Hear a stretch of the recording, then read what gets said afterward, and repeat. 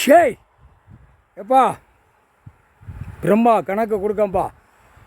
டெல்லி பர்ச்செட்டு போடுதான். பிரதமரும் நிதி அமைச்சர் லேடி, அதுக்கு தான் பிரதமரை நீ பார்க்கணும். நீ தான் பிரதமர், புரியுதா?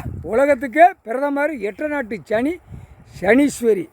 நிதி சனீஸ்வரி அவ மண்டையில் உட்காந்து கை காலு வார்த்தையிலேருந்து உளரணும் தளரணும்.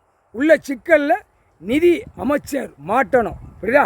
நீதிமன்றத்துக்கு மாட்டி வந்தாச்சுன்னா, அரசியல்வாதி கணக்கை ஒண்டிச்சு தூக்கியாச்சுன்னா பல கோடி உள்ள டாக்குமெண்ட்ஸ் பூரா உள்ளே வந்துடும்.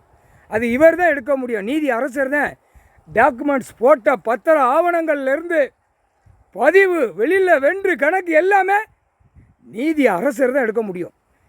வேறு எந்த கொம்பனாலும் எடுக்க முடியாது. ஐயா தான் எடுக்க முடியும். ஈஸ்வரன் பரமசிவன் கடவுள் ஒன்று தான் எடுக்க முடியும். அதனால் இது இப்படியே போட்டுவிட்டார்.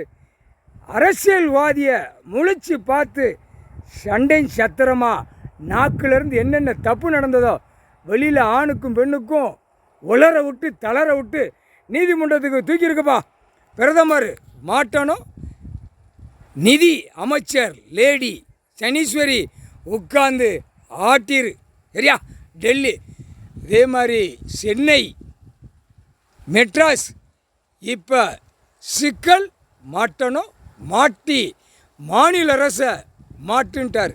நீ தான் மாட்ட முடியும்ட்டார். சனி போய் உட்கார்ந்தா எப்படி இருக்குங்கிற கணக்கு அரசியல்வாதிக்கு தெரியணும். ஆணுக்கும் பெண்ணுக்கும் முக்கால் சத்தியம்.